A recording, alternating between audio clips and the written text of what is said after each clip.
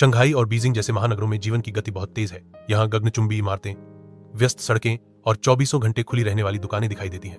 यह मॉड्यूल उच्च शिक्षा प्राप्त और महत्वाकांक्षी लोगों के जीवन पर केंद्रित है। यहाँ करियर और आर्थिक सफलता के लिए प्रयास करने वाले लोगों को दर्शाया गया है। ग्रामीण चीन में जीवन की गति शहरी क्षेत्रों की तुलना में धीमी है। यहाँ के लोग पारंपरिक कृषि पद्धतियों पर निर्भर हैं। गांवों में आधुनिक सुविधाओं की कमी है, जो प्रकृति के करीब एक सरल जीवन को दर्शाता है। यह मॉड्यूल परिवारों और समुदायों के साथ मजबूत संबंधों को उजागर करता है। पारंपरिक रीति रिवाजों का महत्व ग्रामीण जीवन का एक अभिन्न अंग है। आर्थिक विकास के लिए ग्रामीण क्षेत्रों से शहरों की ओर पलायन एक महत्वपूर्ण कारक है। युवा बेहतर अवसरों की तलाश में शहरों की ओर जा रहे हैं, जिससे गांवों में बुजुर्गों और बच्चों की संख्या बढ़ रही है। ग्रामीण क्षेत्रों में युवाओं की कमी से कृषि और स्थानीय व्यवसायों पर नकारात्मक प्रभाव पड़ रहा है। सरकार ग्रामीण क्षेत्रों के विकास के लिए विभिन्न कार्यक्रम चला रही है, जैसे कि शिक्षा, स्वास्थ्य और रोजगार के अवसर। इन कार्यक्रमों का उद्देश्य ग्रामीण क्षेत्रों में जीवन स्तर को बेहतर बनाना और पलायन को कम करना है। ग्रामीण विकास कार्यक्रमों की सफलता से आर्थिक विकास को संतुलित किया जा सकता है और शहरों पर दबाव कम किया जा सकता है। चीन में विभिन्न जातीय समूहों की अपनी अनूठी संस्कृति, भाषा और रीति